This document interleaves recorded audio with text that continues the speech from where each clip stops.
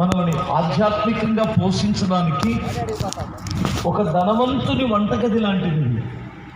ఒక ధనవంతుని వంటగది లాంటిది. ఇందులో బియ్యం, పప్పు, ఉప్పు అన్నీ ఉంటాయి. వంట తయారు చేసుకునే దాంట్లో టేస్ట్ ఉంటుంది. ఎవరం లేని పిల్లకి అన్ని దినుసులు ఇచ్చినా సరిగ్గా ఉండిసావదు కదా, అవునా కాదా? అన్నీ ఇవ్వండి మీరు, కానీ సరిగ్గా వండిసావదు. ఎందుకంటే చేత కాదు కదా. ఎవరో కొత్తగా పెళ్ళి అయిందంట, హైదరాబాద్ కాపురానికి వెళ్ళారు ఇద్దరు భార్య భర్తలు. అది అమ్మా నాన్న పంపించారు నాకు జాబ్ అక్కడ చాలా కాలం క్రితం. అది అడిగాడు అక్కడికి, ఏమే నీకు చేపల కూర ఉంటుంది చేతనవా అని. ఓ నాకెందుకు చేత కాదని కోతలకు వస్తుంది. ఎందుకంటే భార్య దగ్గర భర్త, భర్త దగ్గర భార్య పెళ్ళైన కొత్తలు ఏమో కోతలు కోసుకుంటుంటారు. తెలుసుగా మీకు, తెలియదేముంది.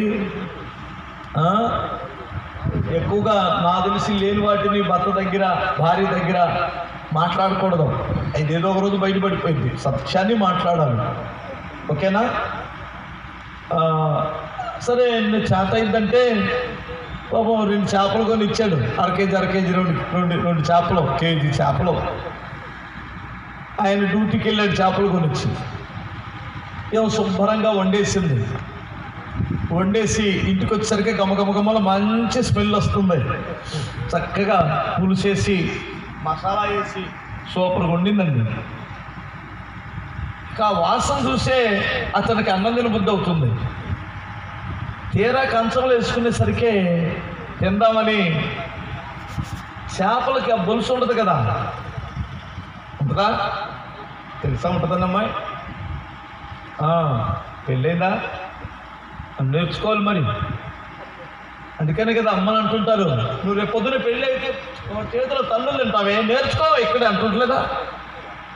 దయచేసి గమనించాలి. ఆడు పొరుసులున్నాయి, పొట్టంతా ఉంది దానికి. హోయ్ ఇదేంటి, దాని పైన తొక్కలు తీయలేదా నువ్వు, ఆ గొలుసు తీయలేదా అని అడిగాడు. నీకు అర్థమైందా? ఏం చూసిందంటే అమ్మాయి, ఇప్పుడు మనం ఈ 1/2 కేజీ ముక్కలు తీసుకుంటాం, ఓ బౌల్లో పెట్టుకుంటాం. ఇప్పుడు మనం ఏం చేస్తామంటే ఒక డేక్ష పైన పెట్టుకొని కొంచెం నూనె వేసుకుంటాం, కాస్తంత అల్లం పేస్ట్ వేసుకుంటాం, చిన్నుల్లిపాయ పేస్ట్ వేసుకుంటాం, కొంచెం దోరగా దాన్ని ఏగనిస్తాం. ఎలాగైనా చెబుతారు. దాంట్లో ఇప్పుడు కాస్తంత పసుపు, రవ్వంత పసుపు కాస్త ఇలా వేసుకొని ఇప్పుడు మనం కాస్తంత వేగిన తర్వాత ముక్కలు వేసుకుంటాం. ఆ ముక్కలు వేసుకొని కాస్తంత వేగిన తర్వాత ఇప్పుడు మనం నూనె, ఆ పులుసు వస్తాం, సరిపోయేంత పులుసు. ఇది మాత్రమే ఇల్లిందా అమ్మాయి. దానికి ముందు ఇప్పుడు మనం చేప తీసుకుంటాం, దానికి పులుసు వేస్తాం, దాన్ని ముక్కలకు వస్తాం అని అందులో చెప్పలా. మీకు అర్థమైనట్టుంది. అర్థమైందా? బుర్రన్న పిల్లలందరికీ అర్థమైంది. ఎక్కడి నుంచి వచ్చిందంటే ఇన్ని ముక్కలు తీసుకుంటాం, ఇంత నూనె వేసుకుంటాం, ఇంత అల్లం పేస్ట్ చేసుకుంటాం అని దగ్గర నుంచే స్టార్ట్ చేసింది. కానీ ఇప్పుడు మనం చేపను తీసుకుంటాం, కట్టిపేట దగ్గర పెట్టుకుంటాం, దాన్ని ముక్కలు కోస్తాం, దాన్ని బొలుసు తీస్తాం. ఇది చెప్పలేదు కదా. ఇలా ఉంటుంది. చూసి నేర్చుకుంటే అర్థమవుతుందా? అమ్మ దగ్గర నేర్చుకుంటే సూపర్గా ఉంటుంది ఆ టేస్ట్. హల్లెలూయా. అమ్మ చేసింది తినడమే కానీ ఈ ఒళ్ళు బద్దక పిల్లలు, ఆడపిల్లలు నేర్చుకోరు కదా. వీళ్ళకంటే మగపిల్లలు నయం, బాగా నేర్చుకుంటున్నారు. నిజమండి. ఈ రోజున మగపిల్లలకి అందరికీ వంటొచ్చు ఇంచుమించుగా, అవునా? ఎందుకంటే రేపు పొద్దున ఎంత పోయి ఎట్ట వచ్చిందో.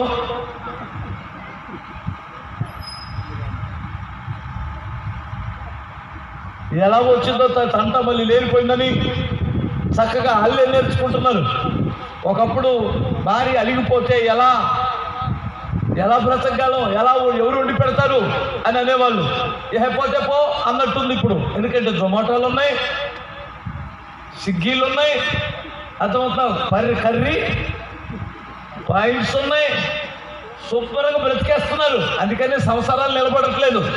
ఒకప్పుడు భార్య వెళ్ళిపోయింది అనుకోండి, అయ్యి బాబాయ్ ఇక ఎలా వండుకోవాలి, ఎలా వెళ్ళి ఎట్లా తిట్లు తినో బొట్టులు తినో 2 రోజులు అక్కడ పడిగాపులు కాసని తెచ్చుకునేవాడు భార్యని. ఇప్పుడు అప్పుడేమి స్తోత్రం చెప్పాలి. అవునా? సరేలే, కొంచెం మీరు ఫ్రీగా ఉన్నారు. ఇప్పుడు చెబుతాను, రోజునే వాక్యం అనుకోకండి. ఇందులో ఉన్న సత్యాన్ని ఖచ్చితంగా గ్రహించండి. ఇక్కడ 10 మంది కన్నికలు, పెళ్లి కుమారుడు, అంతే కదండి. 10 మంది కన్నికలు సంఘానికి సాదృశ్యం. ఒక్కొక్క కన్నిక సంఘానికి సాదృశ్యం. పెళ్లి కుమారుడు మన ప్రభు అయిన యేసుక్రీస్తు. పరిశుద్ధ గ్రంథం వీరిని 2 భాగాలుగా విభజించింది. ఈ 10 మందిని ఏం చేసింది చెప్పండి? 2 భాగాలుగా విభజించింది.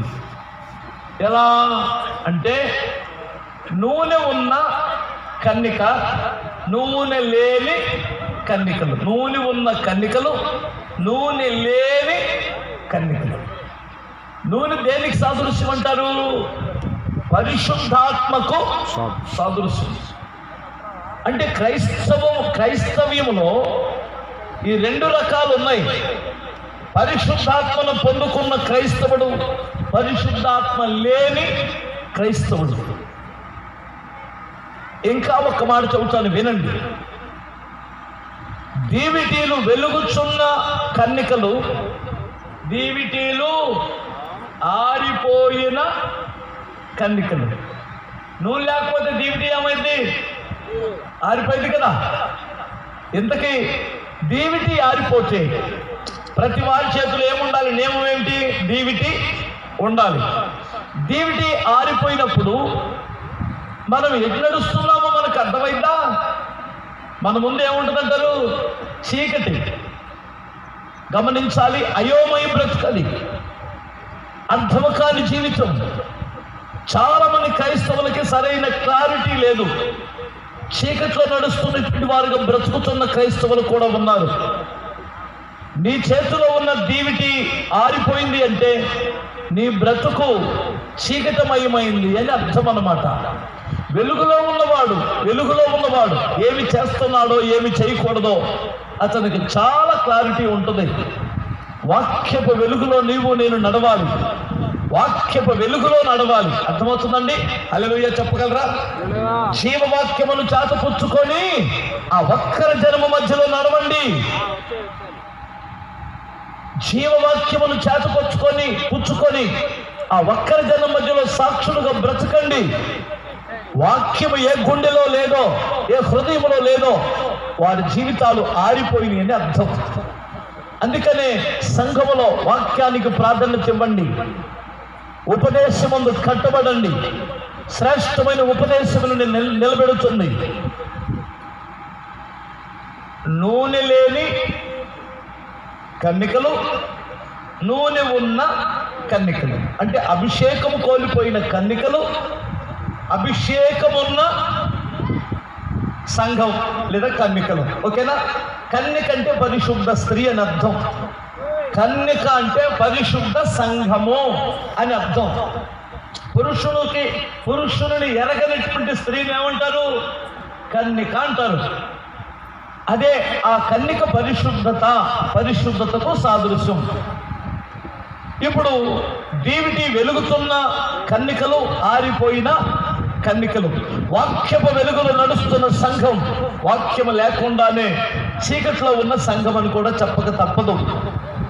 ఈయనని 2 భాగాలుగా దేవుడు విభజించాడు. ఏమిటంటే బుద్ధి లేని కన్నికలు, బుద్ధి గల కన్నికలు. స్తోత్రం చెప్పాలి.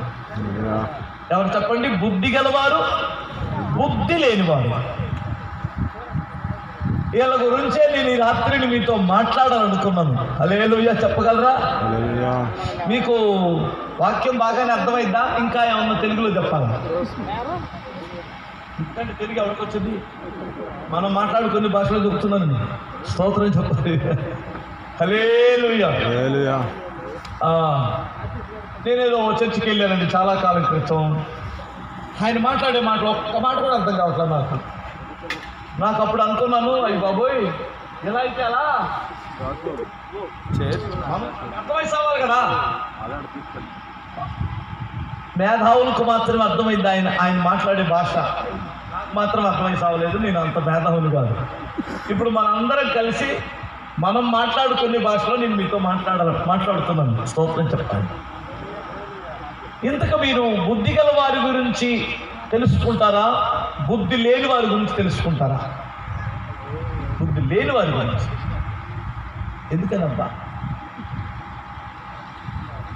అలాంటి మీకు అంత ఇష్టమా? అంత ఇష్టమా? బుద్ధి లేని వాళ్ళంటే అంత ఇష్టమా? ఎవరైనా బుద్ధి గల వారి గురించి నేర్చుకుంటే బాగుపడతారు. లోకమంతా బుద్ధి లేని వాళ్ళ గురించి కదా నేర్చుకుంటుంది, అవునా కాదా?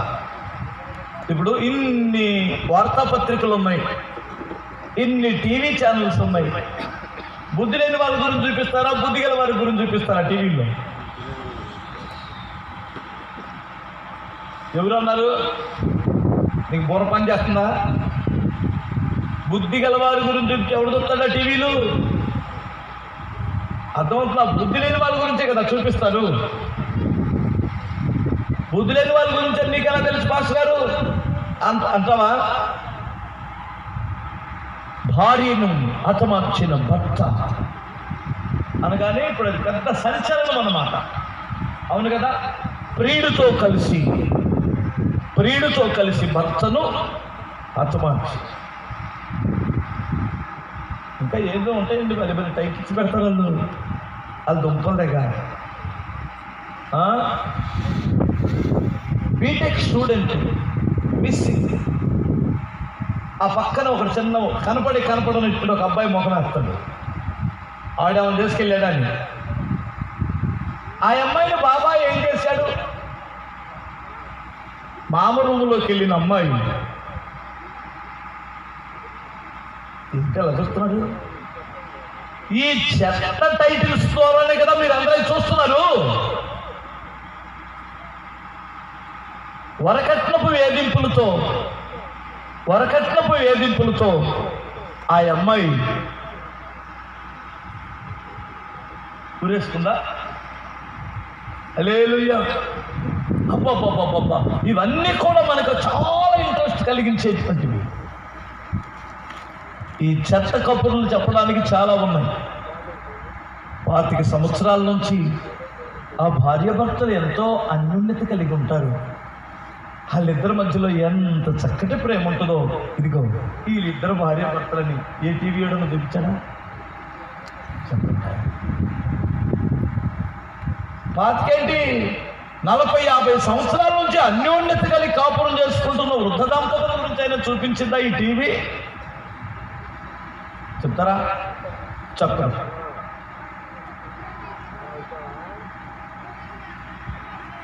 ఈ అత్త కోడళ్ళు ఇప్పుడు 30 సంవత్సరాల నుంచి కలిసి కాపురం చేస్తున్నారు. వీళ్ళిద్దరికి నీటి వరకు ఏ గొడవలు. ఈ అత్త కోడలు చూడండి, చూపిస్తే వీళ్ళందరూ నేర్చుకొని చచ్చేవాళ్ళేగా. ఎవరైతే అత్తలు కోడలు అనుకుంటారో వాళ్ళకి పేపర్కి ఎక్కిస్తారు, వాళ్ళకి టీవీకి ఎక్కిస్తారు. ఇంకా చెప్పనా, ఈ మధ్య పాస్టర్ గారిని కూడా ఎక్కుతున్నారు కదా టీవీలో. ఆ చర్చికి వెళ్ళి ఒక మహిళను కడుపు చేసిన పాస్టర్, ఈ అమ్మాయి ఇంట్రెస్ట్గా చూస్తుంటారు కదా. అసలు వాడు నిజంగా పాస్టర్ అయినా పనికి మళ్ళాడు. వాడు పాస్టర్ అని ఎవరు చెప్పాడు? ఆడు చెప్పగానే సరిపోయింది పాస్టర్ అని. దేవుడు ఏమన్నా అని పిలిచాడా? దేవుని పిలుపుందా? పిలుపున్నవాడు అలా చేస్తాడా? అర్థం అక్రమ సంబంధం. ఏమండి, ఇద్దరు భార్యలు ఉన్నటువంటి వాడు పాస్టర్ అవుతాడా? అది ఆలోచించలే. ఏమండి, ఆడు వాక్యం అయితే చెప్పొచ్చు. అలాంటి వారిని టీవీలో హెడ్లైన్స్లో చూపిస్తుంటే ఈ మధ్య పాస్టర్లను ఎవరైనా నమ్మకూడదే, పాస్టర్లను నమ్మకూడదు. ఈ బుద్ధి లేదు. ఎవరు చెప్పారు? ఆ బుద్ధి లేని వాళ్ళ గురించి బుద్ధి లేని వాడు చూపిస్తాడు కాబట్టి మీరు కూడా అలా అయిపోతారా? అందుకని మంచి సేవకులు ఉన్నారే, ఎంతో మంది వారి జీవితాలు త్యాగం చేసినటువంటి వారు ఉన్నారే.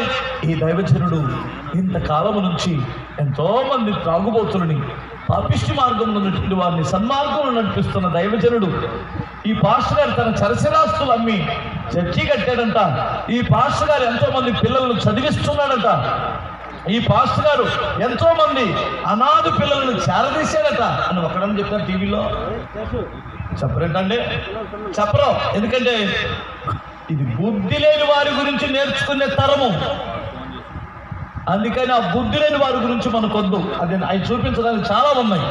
ఇప్పుడు నేను ఎవరి గురించి చెప్పాలి? అసలు బుద్ధి గలవాడు ఎలా ఉంటాడు? మీలాగే ఉంటాడు కదా. స్తోత్రం చెప్పండి. బుద్ధిమంతులు ఎలా ఉంటారు? క్రైస్తవ అంటే దేవుని వాక్య ప్రకారం బుద్ధి గలవారు ఎలా ఉంటారో నేను 4 మాటలు చెప్పేసి వెళ్ళిపోతానే. హల్లెలూయా చెప్పగలరా? మీకు 4 మాటలు చెప్పేసి నా దారిని నేను వెళ్ళిపోతాను, మీ దారిని మీరు వెళ్ళిపోతారు కానమ్మా. కాకపోతే మీరు ఒక్కటే గుర్తుపెట్టుకోవాలి, ఈ 4 మాటలు గుర్తుపెట్టుకోవాలి. ఇప్పుడు చెప్పిన మాటలన్నీ పోగొట్టినా పర్వాలా. ఇప్పుడు నేను చెప్పబోయే 4 మాటలు మాత్రం గుర్తుపెట్టుకోవాలి. ఎవరో బుద్ధిమంతులైతే ఈ వాక్యాన్ని గుర్తుపెట్టుకుంటారు. ఇంకొకరు ఎవరు? వాళ్ళ పేరేంటి? వాళ్ళైతే ఏం చేస్తారు? విడిచిపెట్టేస్తారు. మీరందరూ బుద్ధిమంతులనే నమ్మకంతో చెబుతున్నానే. హల్లెలూయా.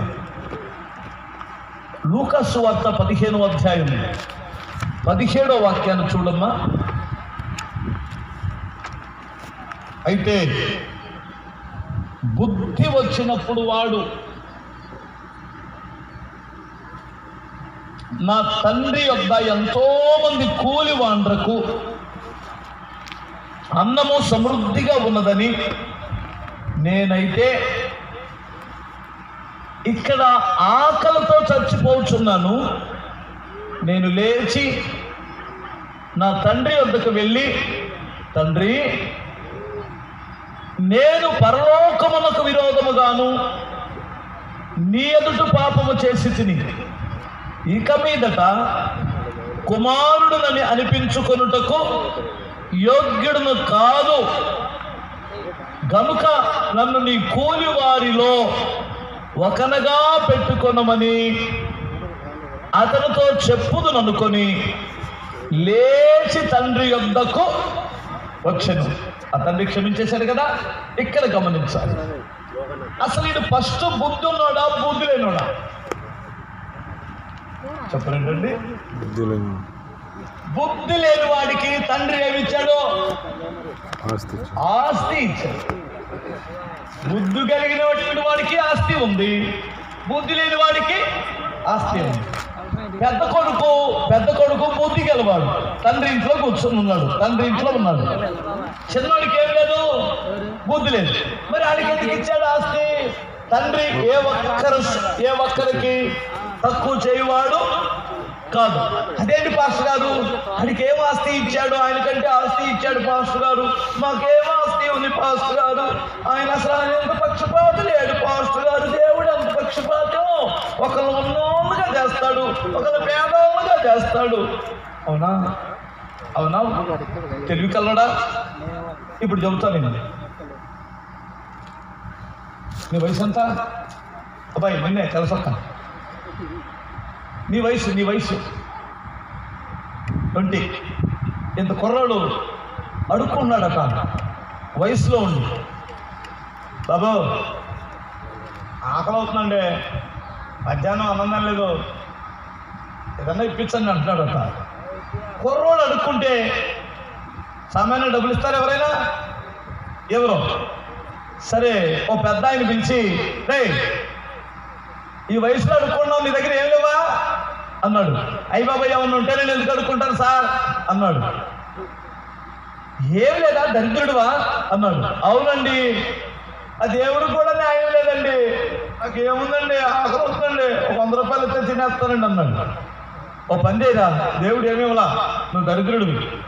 ఆహా, ఓ పని చేయి, నీ లోపల అంతరింద్రియములు, నీ కడుపులో 2 కిడ్నీలు ఉంటాయి, ఒకటి తీసేసినా బ్రతికేయచ్చు, ఒకటి నాకు ఈరా, నీకు 10 లక్షలు ఇప్పిస్తాను అన్నాడు. అర్థమైందా మీకు? ఆడి అంటనే అమ్మో నేనేమన్నా, సరే ఒక పని చేయి, 2 కళ్ళు ఉన్నాయి, ఒక కన్ను తీసినా బ్రతికేయచ్చు. చాలా మంది కళ్ళు లేనటువంటి వాళ్ళు కళ్ళు కావాలనుకుంటున్నారు. ఒక కన్ను ఇచ్చేరా, నీకు 10 లక్షలు ఇస్తానన్నాడు. ఈనాడు జాగ్రత్తగా హల్లెలూయా చెప్పగలరా? వాడు అమ్మో నేను కన్ను అన్నాడు. ఓ పని చేయలే, అరే ఒరే దరిద్రుడు అంటున్నావు కదా, ఒక పని చేయి, చాలా మందికి లివర్ పాడైపోయి లివర్ ఎవరన్నా ఇస్తారేమో చూస్తున్నారు, నీ లివర్ సగం కట్ చేసి ఇస్తే మరలా నీ కొద్ది రోజులకి నీ లివర్ మరలా పెరిగిద్ది, ఆయన బ్రతికించినట్టుంటుంది, నీకు 10 లక్షలు ఇప్పిస్తాను లివర్ ఇచ్చేయరా అన్నాడు. అమ్మో నువ్వేమో 10 డబ్బులు నేను అన్నాడు. ఈనాడు జాగ్రత్తగా బుర్రప దగ్గర పెట్టుకొని వినండి. దేవుడు పక్షపాతి, దేవుడు నాకేమిచ్చాడు, దేవుడు నాకేమిచ్చాడు అంటున్నావు కదూ, వినాలి. దేవుడు నీ గుండె ఖరీదు ఎంత అంటారు? ఇక్కడ 20 లక్షలు వచ్చినాయి కదా వాడికి, అప్పుడు రేట్లో ఇప్పుడు తింటే 20 లక్షలు, ఈ ఒక 20, లివరు ఒక 20, మరి గుండె చాలా వస్తాయి గుండెకి. అమాంతగా 50 లక్షలు ఇవ్వమన్నా కానీ ఇచ్చేస్తారండి డబ్బులు. నువ్వు ఇవ్వాలి కానీ గుండె అమ్ముకోవాలి కానీ 50 లక్షలు ఇచ్చేస్తారు, తర్వాత మా నువ్వు ఇద్దు కానీ. వినాలి. ఒకడు అంటాడు, అరే చర్చికి రారా అంటే ఈ బుద్ధి లేనివాడు అంటాడే అది అప్పవాక. దేవుడు కొంతమందిని ఉన్నోళ్ళలాగా కొంతమందిని పేదవాళ్ళలాగా ఎందుకు పుట్టించాడు అంటున్నాడా? సరే మీ లెక్క ప్రకారం వస్తాను నేను. ఒక అంబేద్కర్ పేదోడా ఉన్నోడా కదా, వీధి లైట్ల కింద చదువుకున్నాడు.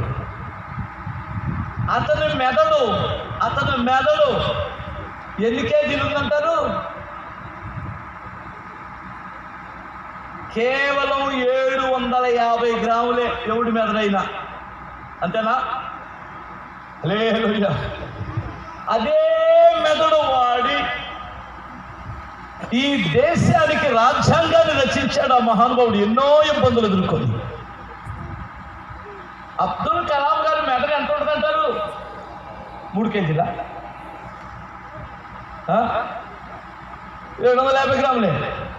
దాన్ని వాడి ఈ దేశానికి ఉన్నతమైనటువంటి స్థితిని, పేరు ప్రఖ్యాతులను సంపాదించి పెట్టాడు. ఆయన ఒక రాష్ట్రపతిగా పనిచేశాడు. వినాలి.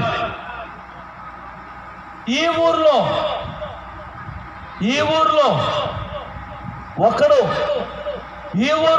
ఒక పిల్ల అమ్మ మాట వినకుండా, అయ్య మాట వినకుండా, చదువు సంకనాగిపోయేటట్లు రోడ్లు అంటూ తిరుగుతూ ఈయన సాధించింది ఏంటంటే ఒక పిల్లను సాధించాడు. ఊర్లో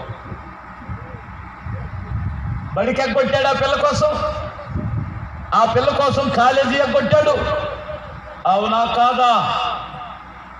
కోసేస్తే ఊరికి తలా ఇంటికి ఒక కుప్పొస్తాడు. ఈడు సాధించినటువంటిది ఏమిటంటే ఆ పిల్లను సాధించాడు.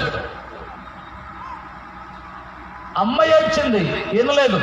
నాన్న ఏడ్చాడు, వినలేదు. కాళ్ళ మీద పడ్డాడు, ఒరే పరువు పోయిరా అన్నారు, వినలేదు. వాడు మేధావితనం అంతా ఉపయోగించి దేన్ని సంపాదించాడు? మీ ఊర్లో పిల్లని.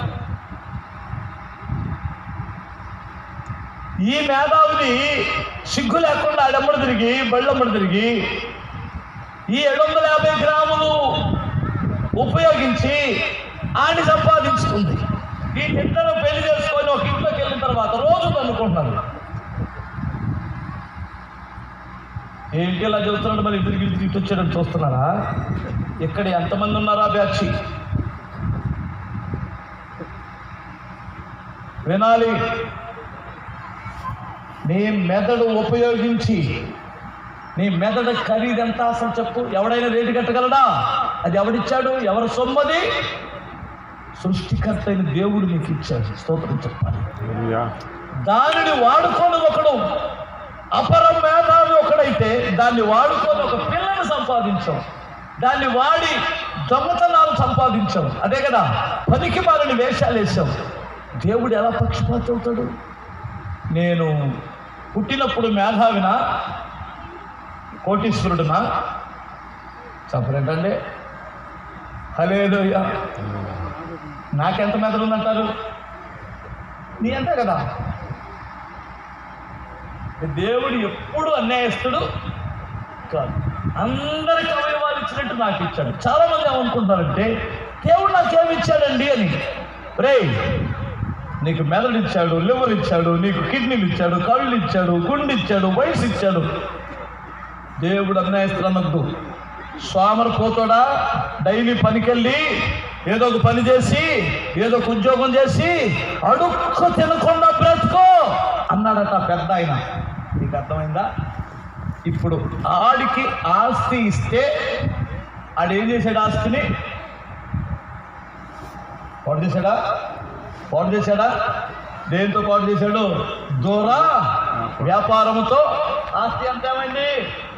పాడైపోయింది. ఇప్పుడు నీ ఆస్తి నా ఆస్తి ఏంటి చెప్పు? ఇందాక నేను చెప్పాను కదా, అదే హల్లెలూయా చెప్పాలి. ఒక్కొక్కడు కడుపింతలావన అయిపోయి చిన్న వయసులో నుండి పొట్టింతలావన అయిపోయి కాళ్ళు చేతులు ఎంత ఉంటాయి, కాళ్ళు ఎంత ఉంటాయి, తాగి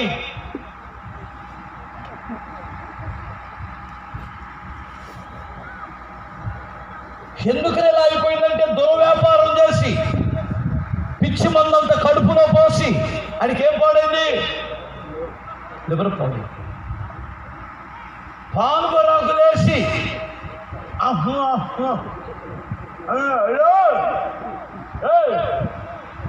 అంటే ఈ పనికి మారినటువంటి వాడు నోరు చెడగొట్టుకున్నాడు. క్యాన్సర్ పుండ్లు వస్తున్నాయి, వినాలి. వీడి జీవితాన్ని పాడు చేసుకున్నాడు. ఎంత తినేది అర్థం కాక ఈ పొట్ట తీసేసి ఆ బైక్ ట్యాంకీ మీద పెట్టుకొని తోలుతున్నాడు ఒక్కొక్క ఆయన. మీరు వినండి, వ్యాయామం లేదు. దీని వలన ఈ బరువు ఎక్కువైపోయి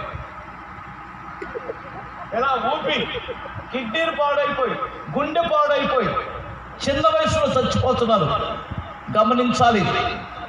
ఏంటి చేసే ఘనకార్యాలంటే దుర్వ్యాపారం, వేశ్యలతో తిరిగి చిన్న వయసులోనే, ఏమండి ఇంకా పెళ్లి కూడా కాలేదు, బలహీనత వచ్చి ఆడి మీద ఆడికే డౌట్ వచ్చి గవర్నమెంట్ హాస్పిటల్కి వెళ్ళి ఎవరికి తెలియకుండా లేదా ప్రైవేట్ తనకు తెలిసినటువంటి ఆ ల్యాబ్కి వెళ్ళి టెస్ట్ చేయించుకున్నాడు. నీకు HIV పాజిటివ్ అని వచ్చింది. ఆ రోజు నుంచి పెదాలన్నీ ఎండిపోయి మంతా ఎక్కిపోయి గదిలో నుంచి రాడు. ఏం చేయాలి అర్థం కాదు. ఏందబ్బాయా నువ్వేంటో నలుగుతున్నావు? అమాయకపు తల్లి, ఆ అమాయకపు తల్లి ఏంటో నలుగుతున్నావంటే ఏం లేదని చెప్పానా?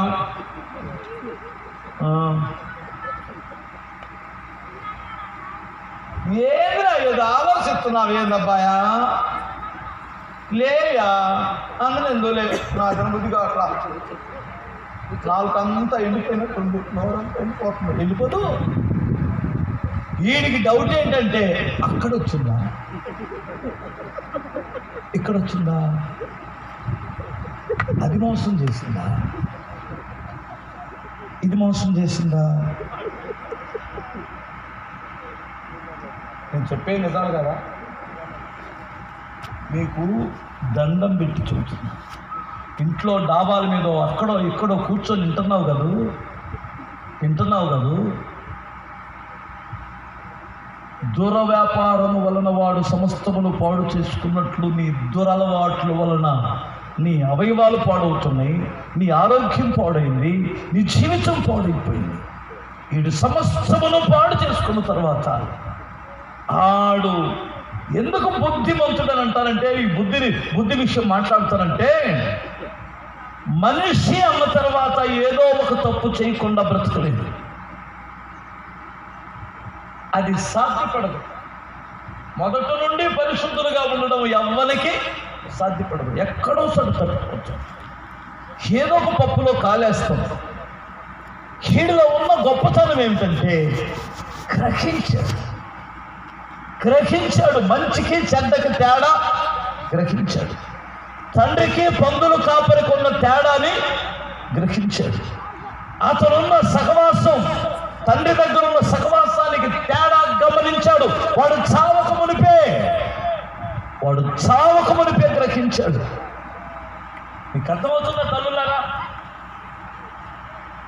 మనిషి అనేటువంటి వాడు గ్రహించాలి. నా తండ్రి ఇంట్లో నేను ఏమి తక్కువై బయటకు వచ్చాను. ఏం తక్కువైంది? వాడికి బుద్ధి తక్కువై వచ్చాడు. ఏం తక్కువ? బుద్ధి గడ్డి తినదంటారా? తినలేదా?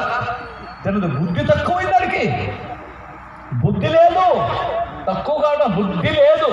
కానీ ఇప్పుడు వీడికి ఈ శ్రమలలో, ఈ కష్టాలలో, ఈ వ్యాధిలో, ఈ బాధలో, ఈ ఒంటరితనములో, ఈ యొక్క కరువులో, ఈ కాటకాలలో అతనికి ఏమొచ్చింది? బుద్ధి వచ్చింది. నీకింకా బుద్ధి వచ్చిందా? ఇన్ని కష్టాలు అనుభవిస్తున్నా, ఇంత శాపం అనుభవిస్తున్నా, ఊరందరూ ఊస్తున్నా, ఏమండి నీ నిమిత్తమై కన్నవాడు సైతం తలదించుకుంటున్నా, నీకు బుద్ధి వస్తే ఎంత బాగుండి. రాత్రి యేసు నామములో స్తోత్రం చెప్పాలి. మిమ్మల్ని నేను గద్దించే అధికారం నాకు లేదు. కానీ దేవుని పేరట మీకు బ్రతిమలాడి చేతులు జోడించి చెప్తున్నాను. ఎందుకంటే మీకు ఎలాగైనా కొంచెమైనా దేవుని ప్రేమ నువ్వు గ్రహిస్తావేమోనని. ఎంతకాలం దరిద్రుడుగా ఉంటావు, ఎంతకాలం లేమిలో ఉంటావు, ఎంతకాలం ఆ శాపాన్ని అనుభవిస్తావు, ఎంతకాలం ఒంటరితనాన్ని అనుభవిస్తావు, ఎంతకాలం దుఃఖం అనుభవిస్తావు. వీడు లేచి తండ్రి యొద్దకు వచ్చేసాడట. మీకు అర్థమైందా? లేచి తండ్రి యొద్దకు వస్తూ వాడు అనుకుంటాడు, వచ్చిన వెంటనే నా తండ్రి నన్ను తిడతాడు, నన్ను గద్దిస్తాడు, నన్ను పనికి మారినట్టు వాడా అంటాడు. అయినా నేనేమంటానంటే, అయ్యా నేను కొడుకుగా ఉండడానికి అర్హత లేదు, కూలివాడిగా పెట్టుకోమంటాను అనుకుంటున్నాడు. కానీ ఆ తండ్రి ఇంకా దూరముగా ఉన్నప్పుడే అతనికి ఎదురు పరిగెడుతున్నాడట. అంటే ఎన్ని సంవత్సరాలు ఆ దారి వైపు ఆ తండ్రి చూస్తున్నాడు, ఆ దారి వైపే చూస్తున్నాడు. ఆయన రెండో మార్గమే, రెండో ఆలోచన ఆయనకు లేదు.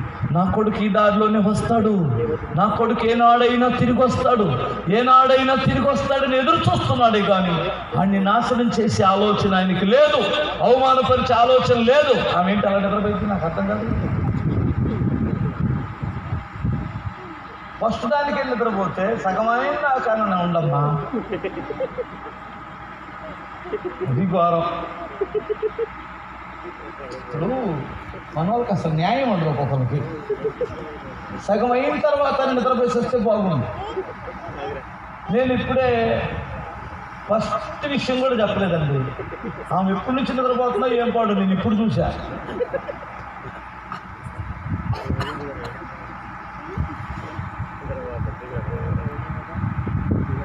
ఇంక పోదులే, పోయింది. హల్లెలూయా. నవ్వాలా ఏడవాలా అప్పుడు పోయింది అది. అవును కదా? స్తోత్రం చెప్పగలరా?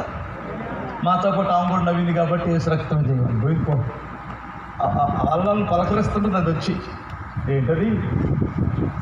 నిద్ర. అమ్మో, నిద్ర అంత ఆరోగ్యం ప్రపంచంలో మరి దేనికి లేదు. కానీ అది ఎప్పుడు రావాలో అప్పుడు రావాలి. పొద్దుగూకులు వస్తుందంటే ఏదో జబ్బు ఉందని అర్థం. ఎక్కువ నిద్ర వస్తున్నది కానీ అర్థం ఏంటి? ఒంట్లో ఏదో రోగం ఉంది. అది వెంటనే డాక్టర్ని చూపించుకోవాలి. డాక్టర్ గారండి, మరే నేను మిరగా కోతకి వెళ్ళినా కానీ ఆ పట్టిలోనే నిద్ర వస్తుంది. డాక్టర్ గారండి, పట్టిలో నిద్రపోదు కదా? నిద్రపోతారా? మిరగా కోతలు అయిపోయినాయి అమ్మాయి, ఉన్నాయా? మేస్ట్రేనా? ఓ, అందుకని గొలిచేసావు. బిగ్గరగా స్తోత్రం చెప్పండి. ఇంకో గుండి కొడది.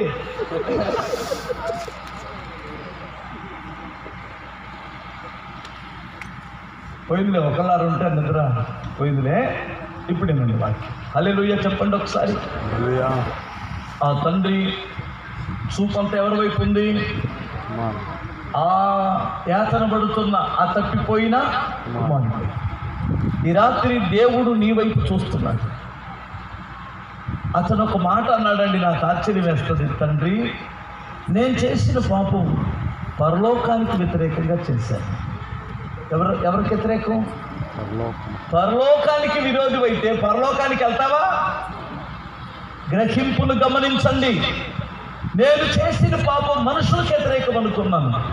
కాదు ప్రభువా, పరలోకానికి వ్యతిరేకంగా చేస్తున్నాను. రెండోది, నీ ఎదుటే చేశాను. నువ్వు నన్ను చూస్తున్నావు. నేను అనుకున్నాను 4 గోడల మధ్యలో చేశాను అనుకుంటున్నాను. నేను ఎక్కడో మనుషులు లేని దగ్గర పాపం చేశాను అనుకుంటున్నాను. నీ కన్నులు ఎదుట నేను పాపం చేశాను. ఆ పాపమునకు తగిన శాపం ఇప్పుడు నేను అనుభవిస్తున్నాను.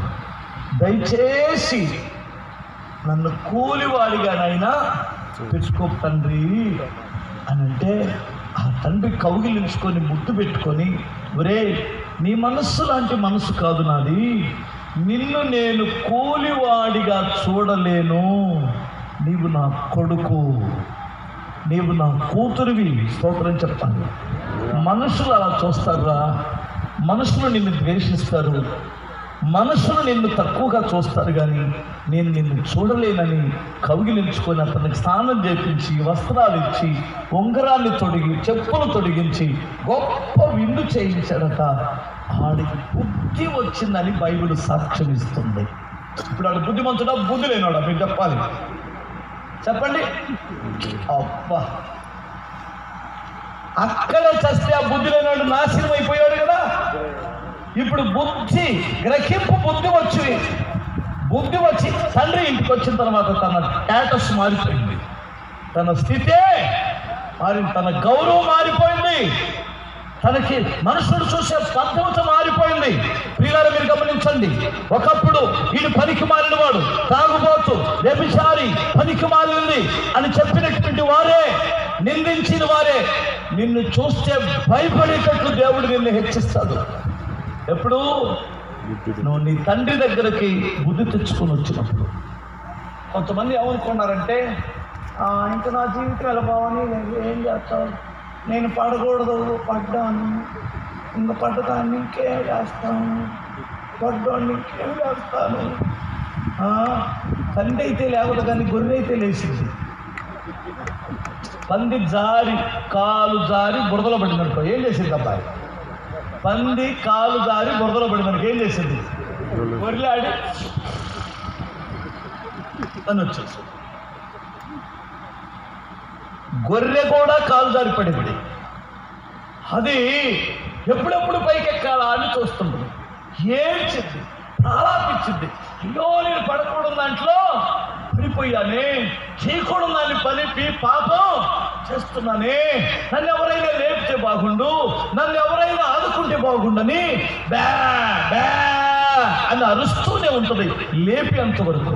పంది అది సిద్ధ బురదలో పడి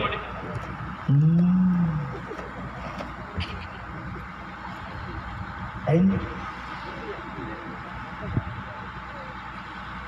ఇలాగ తెచ్చుకుంటుంది. అర్థమవుతుందా? పరిశుద్ధులేమో అణిగి మణిగుంటే ఈ పాపిష్టిది ఏంటి ఇక్కడ యువత ఇందాక మాట్లాడిందంట అని తిరిగింది. అలాంటిది వస్తే ఎవడోళ్ళకి తప్పడమే. వాళ్ళకు నోరెక్కువ, బలం ఎక్కువ. ఏమనుకోమాకండి, 200 ఎవరన్నా ఊర్లో. నాకు మాత్రం ఏం తెలుసు, మీ ఊరు కాదు కదా నాది. గొర్రె అనుకో తప్పు చెయ్యదు. ఒకవేళ చేస్తే కొద్దిగి సంఘంలో కూడా వచ్చింది పెట్టలే. నన్ను ఎప్పుడు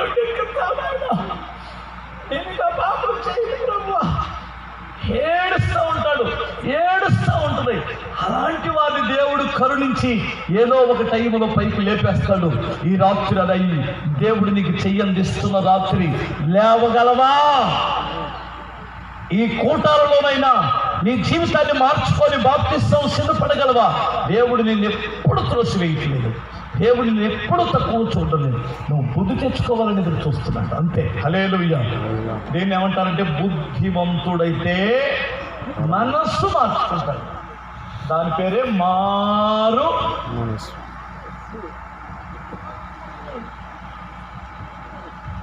బుద్ధిమంతుడంటే మారు మనసు పొందిన వాడే, మనసు మార్చుకున్న వాడే బుద్ధిమంతుడు. మనసు మార్చుకొని దేవుని పాదాల దగ్గరికి వచ్చినటువంటి వాడు. మత్తయి సువార్త 7:24 చూడు తల్లి త్వరగా. అమ్మా, కాబట్టి ఈ నా మాటలు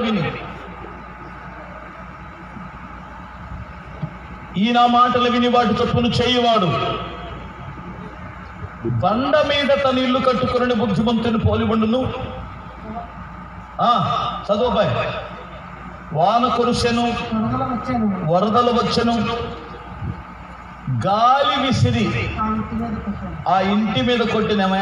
బైబిల్ తీసి చదువుతున్నావా, తీకుండా సీనియర్ టీం పెట్టి చదువుతున్నావా? ఏమా మేస్త్రి గారు?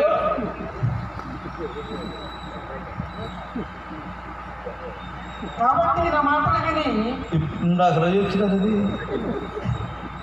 కాబట్టి ఈయన మాటలు విని వాటి చొప్పున చేయి ప్రతివాడు బండ మీద తన ఇల్లు కట్టుకొనిన బుద్ధిమంతుని పోలియుండును.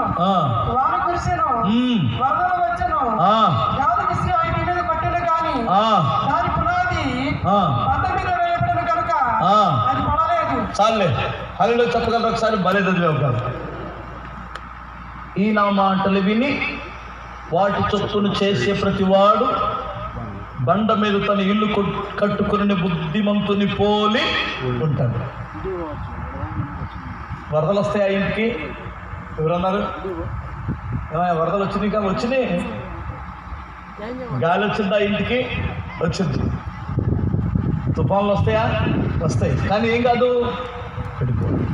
అవతల ఇంకొక ఇల్లు ఉంది. ఈ నా మాటలు విని వాడు చొప్పున చేయని ప్రతివాడును ఇసుక మీద తన ఇల్లు కట్టుకున్న బుద్ధిహీనుని పోలి ఉంటాడు. ఇద్దరు ఉన్నారు. ఒకడు అనుసరించాడు, ఒకడేమో అనుసరించలేదు. ఆడి పేరేంటి? అనుసరించిన వాడి పేరు బుద్ధిమంతుడు, వాక్యమును అనుసరించని వాడి పేరు బుద్ధిహీనుడు. మీరెవరో అంతే చెబుతారేమే, పాస్ గారు అంతే చెబుతాడేమే. కడుపులో రగిలింది నాకు.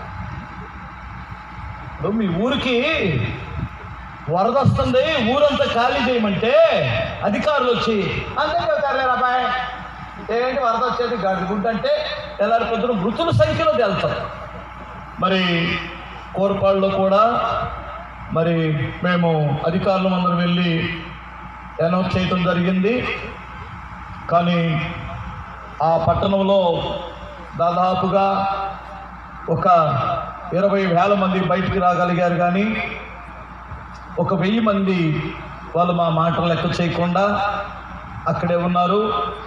వారిని మృతుల సంఖ్యలో మరి వారి పేర్లు జాయిన్ చేయటానికి మేము చింతిస్తున్నాం. వాళ్ళు గల్లంతయ్యారు, బృందాలు ఎత్తుకున్నాయి, అయినా దొరకలేదంటే వారు పోయారు. అదే కదా చెబుతారు. ఎన్ని దాని ప్రకారం ఖాళీ చేసినోడు సురక్షిత ప్రాంతాలకు తరలించబడిన వాడు సజీవుల సంఖ్యలో ఉన్నాడు. గమనించాలి. అబ్రహాము, ఇస్సాకు, యాకోబులు సజీవులు. కారణం ఏమిటంటే వారు దేవుని మాట ప్రకారం బ్రతికారు. వారు సజీవులు. వాక్యం వింటున్నావు కదా, అనుసరిస్తున్నావా? అనుసరిస్తే నువ్వు కూలిపోవు, అనుసరిస్తే నువ్వు సిగ్గుపడవు. మేము పెద్దగా అరిసేది చెబుతున్నాను. నేను మీకు చేమ పుట్టినట్టు కూడా లేదు. హల్లెలూయా. ఏమా అబద్ధం అనుకోండి చెప్పండి. ఒకళ్ళారా కొంచెం కదులుతున్నారు, కానీ కొంతమంది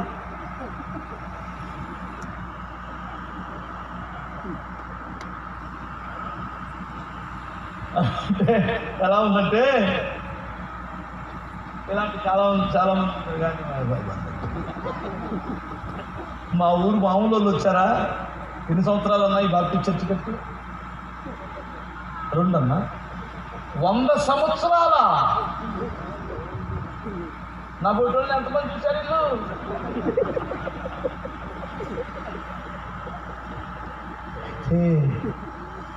దేవుని చేతిలో తప్పించుకోవటం చాలా కష్టమే. మేస్త్రి గారా మారినట్టే ఉన్నావే. మేస్త్రి గారు మారావా? ఓకే, వేసు రక్తం హల్లెలూయా, స్తోత్రం చెప్పండి ఒకసారి. మంచిది. మీ ఆవిడ ఇక్కడ ఉందిగా? ఓకే, తిరిగి తీసే 2 చేతులు ఎత్తి హల్లెలూయా చదువుదామా? ఇంకోసారి చెప్పండి హల్లెలూయా. మీకు ఇంకొక మాట కూడా చెబుతానండి.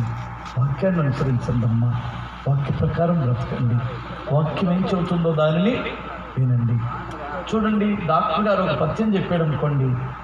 ఒక జాండీస్ అయిన అబ్బాయికి పథ్యం చెప్పాడు అనుకో, చేస్తే త్వరగా కోలుకుంటాడు. పథ్యం చేస్తే, పథ్యం చేయకపోతే చచ్చిపోతాడు కదా. పథ్యాలు ఉన్నాయా? వాడికి షుగర్ వచ్చిందనుకో, మామిడికాయలు ఫుల్లుగా తిన్నాడు అనుకో, సీజన్ అయిపోతానికి ఏమవుతాడు? ఎక్కదు.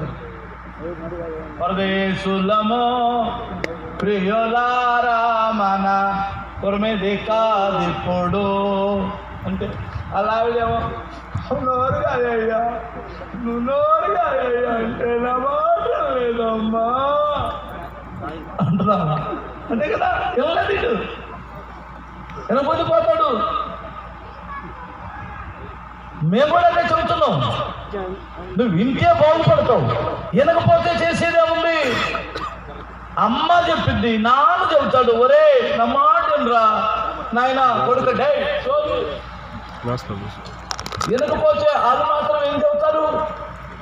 మేము మాత్రం ఏం చేయగలం? అవునా కదా? మీరు కూడా చాలా మంది ఇంట్లోకి వెళ్ళి తిట్టుకుంటారు కదా, ఏంటి ఆ పాస్టర్ గారు నాకు మండింది కానీ ఎందుకులే అని ఉన్నాను అమ్మాయి. ఏదైనా వాక్యం తీరు చెప్పుకొని వెళ్ళాలి.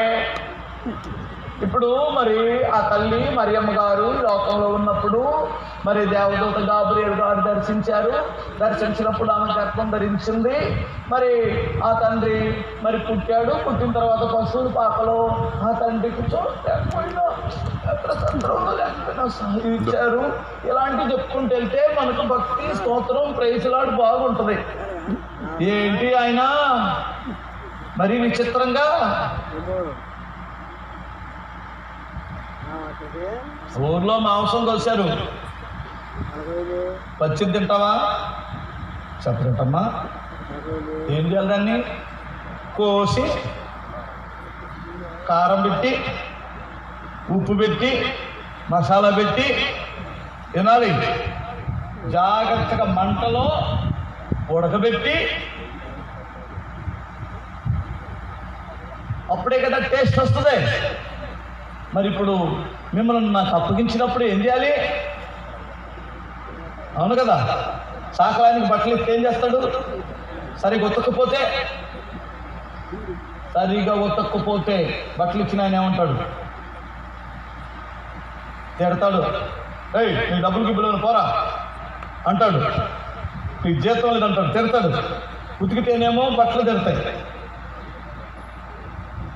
ఈ నాశనం అయిపోయిన బండకేసి బాస్తున్నాడు మమ్మల్ని. ఉతకపోతే ఆయన తిడతాడు, ఉతికితే ఇవి తిడతాడు. ఇప్పుడు తంట ఎవరికి మధ్యలో? సాకలాయనికే కదా. ఆ సాకలాయన నమ్మండి కూడా. నిజమమ్మా, మీరు నమ్మండి అమ్మా, దయచేసి వినండి అమ్మా. దేవుని వాక్య ప్రకారం నడవండి అమ్మా. స్తోత్రం చెప్పాలి. అప్పుడే మీ ఇల్లు నిలబడుతుంది. అప్పుడే నీ కుటుంబం కూలిపోదు. అప్పుడు నువ్వు సిగ్గుపడవు. ఇసుక మీద కట్టబడినటువంటి ఇల్లు నాశనం అవుతుంది.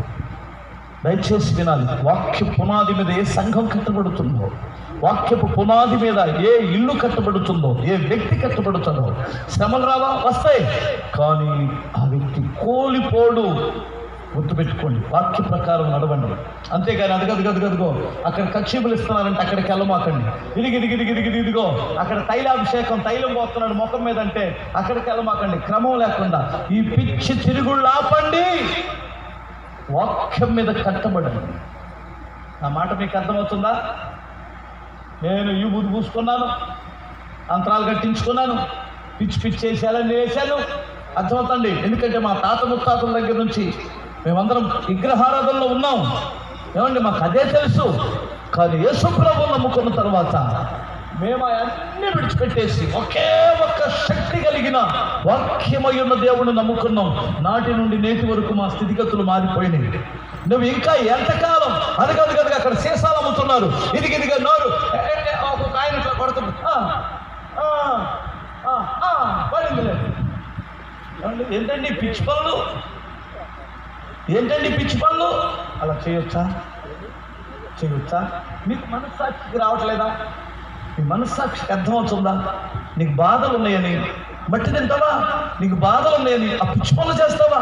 మోకరించి బైబిల్ చదువుకొని ఒక అరగంట బైబిల్ చదివి ఒక గంట మోకరించి ప్రార్థన చేయి. నీ ప్రతి సమస్య నుండి దేవుడు విడిపిస్తాడు. విడిపించకపోతే నన్ను అడగండి.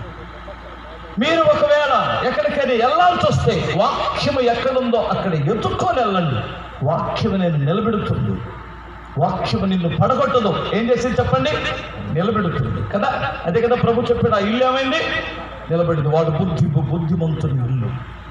మూడో విషయం చెప్తాను, బుద్ధిమంతుల లక్షణం. దానియేలు గ్రంథం 12వ అధ్యాయం 3వ వాక్యం ఒకసారి చూడనా? బుద్ధిమంతులైతే ఆకాశ మండలములోని జ్యోతులను పోలిన వారై ప్రకాశించెదరు. జీవవాక్యమును అనుసరించి నడుచుకొనున్నట్లు ఎవరు అనేకులను త్రిప్పుదురో వారు నక్షత్రముల వలె నిరంతరము ప్రకాశిస్తారు. చప్పట్లు కొట్టండి ఒకసారి, నిద్రపోయేటట్టు గట్టిగా. ఇక్కడ కూడా వాక్యాన్ని అనుసరించేటట్లు ఎవరు త్రిప్పుతారో, నీతి మార్గములోనికి వాక్యమును అనుసరించేటట్లు ఎవరు అనేకులు త్రిప్పుతారో, తిరుగుదురో కాదు త్రిప్పుదురో, వారు బుద్ధిమంతులు నిరంతరము ప్రకాశిస్తారట. అంటే మీకు అర్థమైందండి? హల్లెలూయా. అంటే వీళ్ళు ఎవరో ఆత్మలను రక్షించేవారు. బుద్ధిమంతుడైతే ఒకడు వక్ర మార్గములో ఉన్న వారిని జీవ మార్గములోనికి నడిపిస్తాడు. పాడైన శాపములో ఉన్నటువంటి వారిని మంచి మార్గంలో నడిపిస్తాడు. చెడిపోయిన వారిని నీతి మార్గంలో నడిపిస్తాడు. ఈ జడగొట్టులో అర్థమవుతుందా? ఏం అనుసరించడానికి నడిపిస్తారన్నారు? జీవ వాక్యమును అనుసరించేటట్లు నడిపిస్తాడట. చాలా మంది మధ్యకాలంలో ఇలా తయారవుతున్నారు. ఏంటో, అమ్మాయో కష్టాల్లో ఉన్నావు కానీ నాతో 3 వారాలు కాదు,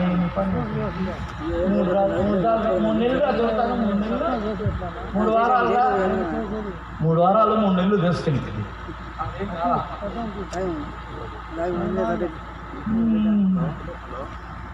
ఏందోనమ్మా అది మరి అమ్మ 3 వారాలు రమ్మని వెళ్ళాను కానీ 3 నెలలు మరి నాకేందో పని నడపలేదమ్మా. ఇంకొక అమ్మంటుందే మా తక్క ఏమిటే చెప్పింది నీకు 3 అని.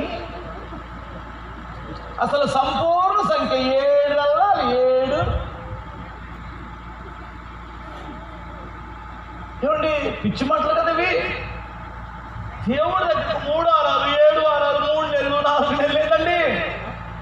నీ జీవిత కాలం అంతా ప్రభువుని వెంబడించేటట్లు తిప్పాలి. అది వాక్య ప్రకారం. మీకు అర్థమవుతుంది అనుకుంటాను. ఒక్క ఆత్మని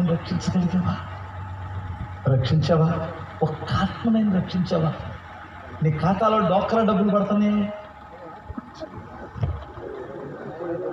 దాని పని అయిపోయినట్టు. హల్లెలూయా. చూసుకోవాలి.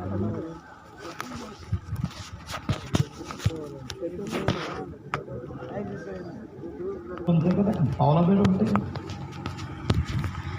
అంతే లేదా? లేకపోతే ఆయన మీద తగాదు పెట్టుకోండి. రేపొద్దున వచ్చింది నన్ను చూసి దానికి గ్యారెంటీ ఏంటి? రూపాయలు లేకుండా వాడేసుకున్నాం, నీ బొమ్మ మీద కొట్టుకున్నాం, నా గొలుసుకోండి నీ బొమ్మ మీద పెట్టుకున్నాం. నాకేది ఇదే కదమ్మా, ఇదే కదా ఇంట్లో నువ్వు అన్న నమ్మి బాప్తిసం పొందుకున్నావు. ఆయన ఏ నమ్మకం లేదు, చక్కగా సాయంత్రానికి కాస్త సీసా వేసి దేవుడు చూస్తుంటాడు, ఆడికి అంత విశ్వాసం. కావునా కాదా? తాగుబోతోడుకున్నంత విశ్వాసం క్రైస్తవులకుంటే ఎంత బాగుంటుందో. నీకు ఎంత చక్కగా ఉన్నారా రాజా, ఏమిటో దిగులు అన్నీ కాచేసావు, నీ ముఖాలు పెట్టుకున్నావు, నీ పొంద మీద పెట్టుకున్నావు. ఏం బాగాలేదు పాపం. ఆడుకున్న ధైర్యం, ఆడుకున్న విశ్వాసం మనకుంటే ఎప్పుడో పెద్దవాళ్ళం అయ్యేవాళ్ళం. మనకు ప్రార్థన ఉంది కానీ ఏం లేదు కదా అని ఆధారపడతారండి తాగుబోతులు. ఒక ఆయన ఫుల్గా తాగుతున్నాడు. నేను అడిగాను, నేను పెద్ద ఆయన తాగకూడదు, దేవుడు నమ్ముకున్నావు కదా, పిచ్చి పనులు చేస్తున్నా, తాగకూడదు. అయ్యా నేను ఆ తండ్రి చిత్త ప్రకారమే తాగుతున్నా. నీ దుంపదగా ఆ తండ్రి చిత్త ప్రకారం తాగుడు ఆయన తండ్రి చిత్తమేందన్న. అవునయ్యా, పొద్దున్నే లేవగానే ప్రభువా నాకు డబ్బు, నేనా తాగకుండా ఉండలేను, నువ్వు ఇస్తే తాగుతా, నువ్వు పోతే అంటాడయ్యా. రోడ్డు మీద కలగా ఎవడో కూడా తగులుతాడు, పోపిస్తాడయ్యా. ఆ తండ్రి ఇవ్వకుండా తాగుతున్నాను. మీకు ఏమన్నా అర్థమైంది ఇందులో? ఆ విశ్వాసం ఏంటంటే ప్రార్థన చేస్తే మందు కూడా దొరికిద్దని.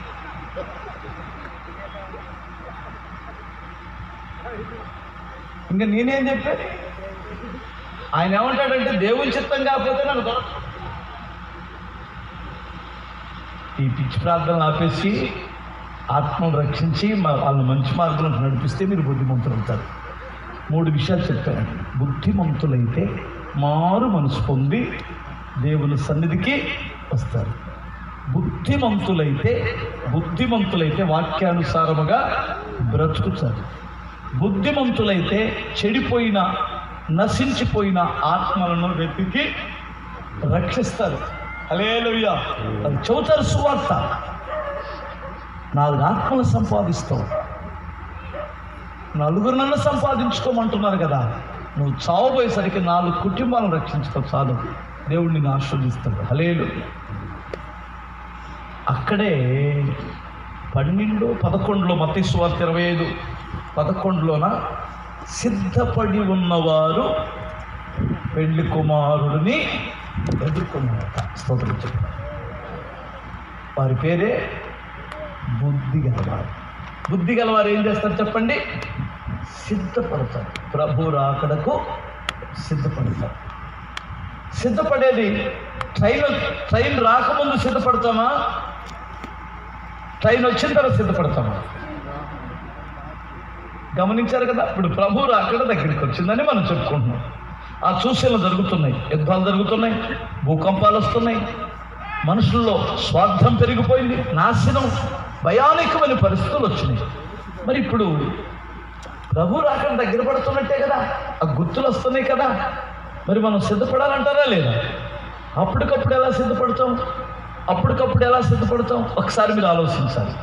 ట్రైన్ వస్తుందంటే కనీసం మనం 10 నిమిషాలైనా ముందు స్టేషన్లో ఉండాలి, అంతే కదా. ఫ్లైట్ ఎక్కాలంటే దయచేసి గమనించాలి, డొమెస్టిక్ అయితే 1.5 గంటల ముందు ఉండాలి. నువ్వు ఇంటర్నేషనల్ ఫ్లైట్ ఎక్కాలంటే కనీసం 3 గంటల ముందు ఉండాలి. మరి అప్పటికప్పుడు గబగబా బ్యాగ్ పెట్టుకొని లోపలికి వెళ్తే ఏం పోయింది? ఫ్లైట్ వెళ్ళిపోయింది కదా. నీ జీవితం ఎంత దారుణంగా ఉంటుందో చూడండి. ప్రభు రాకడికి సిద్ధపడ్డావా? బాప్తిసం పొందేవా? మారు మనసు పొంది బాప్తిసం పొందేవా? ప్రభు కొరకు పరిశుద్ధి కలిగి బ్రతుకుతున్నావా? ఒక్కసారి ఆలోచించండి. దేవుని సన్నిధిలో నువ్వు ఎప్పుడైతే ఇలా బుద్ధి కలిగి బ్రతుకుతావో ఆ బుద్ధిమంతునికి ఇచ్చే మేలులు అన్నీ ఇన్ని కాదు. కీడు నుండి తప్పిస్తాడు, గొప్ప ఆశీర్వాదం ఇస్తాడు. నీ బంధువుల్లో రక్త సంబంధులు నిన్ను గొప్ప చేస్తాడు, అక్కడే గొప్ప చేస్తాడు. కనుక మనం ఎలా ఉందని చెప్పండి, ఎలా బుద్ధిమంతులుగా ఉందాం. హల్లెలూయా. బుద్ధిమంతులు ఏం చేస్తారు చెప్పండి, మారు మనసుకుంటారు. బుద్ధిమంతులు ఎలా జీవిస్తారు, వాక్యానుసారం. బుద్ధిమంతులు ఇంకా ఏదో చేస్తారే, ఆత్మలను రక్షిస్తారు. బుద్ధిమంతులు ఏం చేస్తారు, ప్రభు రాకడకి సిద్ధపడతారు. ఓకే, ఈ 4 మాటలు నేను చెప్పాను, గుర్తుపెట్టుకోమని చెప్పాను కదా. చిన్న ప్రార్థన చేసుకోండి, ఓకేనా? కళ్ళు మూసుకోండి. దయగలిగిన తండ్రి, ఈ వాక్యం దుష్టుడే